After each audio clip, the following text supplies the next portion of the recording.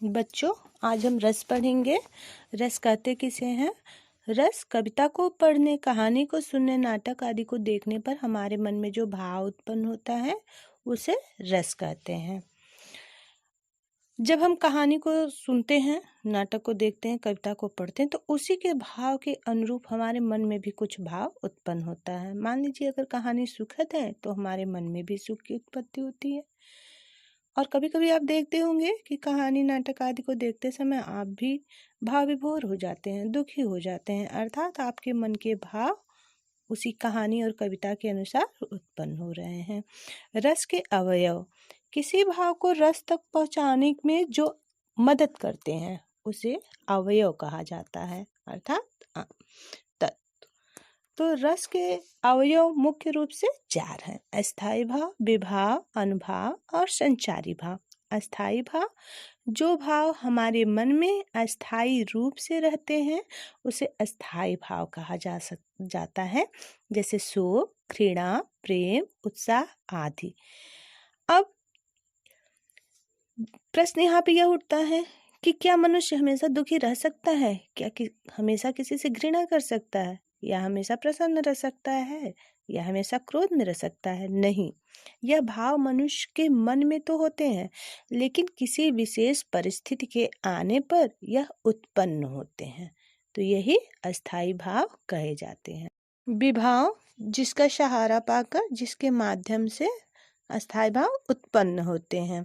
तो विभाव के 2 भेद होते हैं, आलंबन और उद्दीपन। आलंबन, किसी भी भाव के जागृत होने के लिए 2 पक्षों का होना अनिवार्य है। वे वस्तुएं, विषय जिन पर आलंबित होकर भाव उत्पन्न होता है उन्हें आलंबन विभाव कहा जाता है।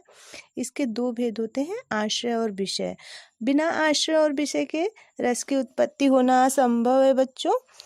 जैसा कि हमने कल बताया था आप लोगों को कि सीता के स्वयंवर में शिव का धनुष जब टूटता है तो परशुराम अत्यंत क्रोध में वहां आते हैं और परशुराम अत्यंत क्रोधित होते हैं। तो परशुराम के मन में जो क्रोध उत्पन्न हो रहा है तो परशुराम यहाँ पर आश्रय होंगे और धनुष का टूटना यहाँ पर विषय होगा।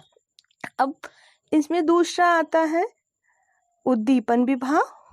आलंबन हमने समझ लिया, उद्दीपन विभाव उद्दीप्त करने वाले कारण, अर्थात अब क्रोध परशुराम के मन में जब उत्पन्न हुआ है तो अब उस क्रोध को बढ़ाने वाला, उद्दीप्त मतलब बढ़ाने वाला कारण, उसे उद्दीपन विभाव कहा जाता है।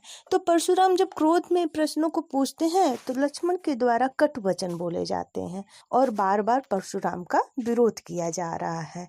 तो यहाँ पे लक्ष्मण के जो कटु वचन है और उनका विरोध किया जाना यहाँ पे उद्दीपन विभाव का काम कर रहा है। दूसरा उदाहरण हमने आप लोगों को सर्प का दिया था। तो जब सर्प को कोई व्यक्ति देखता है, मान लीजिए हमने एक सर्प को देख लिया तो हमारे मन में भय उत्पन्न होगा। तो वह भय जो है, वह डर आश्रय के मन में उत्पन्न होता है, तो हम हो गए आश्रय, और जिसके कारण वह भय उत्पन्न हो रहा है वह हो गया विषय। आश्रय और विषय तो हमें समझ में आ गया, आलंबन विभाव। अब उद्दीपन विभाव को समझना है। उद्दीपन, उद्दीप्त करने वाले कारण। अब सर्प के द्वारा फुफकारना, उसका दौड़ना, हमारी तरफ आना, यह उद्दीपन विभाव हो जाएगा, जो कि हमारे डर को और भी अधिक बढ़ा रहा है। अब हम अनुभाव पढ़ेंगे। अनुभाव किसे कहते हैं? आश्रय द्वारा की जाने वाली शारीरिक चेष्टाओं को ही अनुभाव कहा जाता है। जब आश्रय के मन में कोई भाव उत्पन्न होता है तो वह उसी के अनुसार क्रियाकलाप करने लगता है। जैसा कि परशुराम का उदाहरण बताया गया है आप लोगों को, जब परशुराम के मन में क्रोध की उत्पत्ति होती है तो वह उसी के अनुसार सभा में उपस्थित सभी राजाओं को अपने कठोर वचनों को सुनाते हैं, अपना फरसा दिखाते हैं। वह अत्यंत क्रोधित हो जाते हैं, वह लक्ष्मण को मारने तक के लिए तत्पर हो जाते हैं।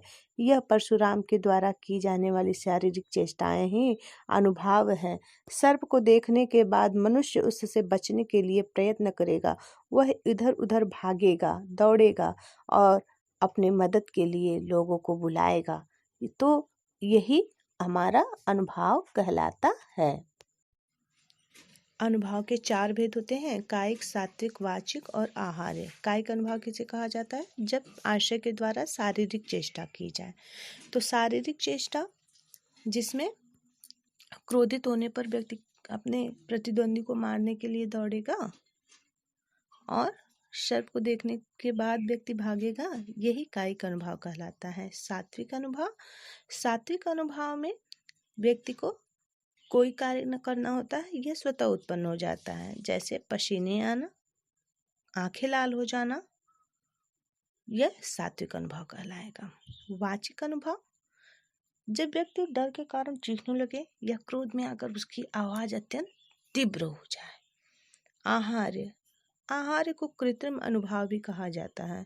इसमें व्यक्ति किसी अभिनय को करता है, नायक के अनुसार वो अपनी वेशभूषा को धारण करता है और उसी के अनुसार अनुकरण करता है, तो यह आहार्य अनुभव के अंतर्गत आएगा। आश्रय के चित्त में अस्थिर मनोविकारों को संचारी भाव कहते हैं। यह पानी के बुलबुलों के समान उत्पन्न होते हैं और नष्ट होते हैं।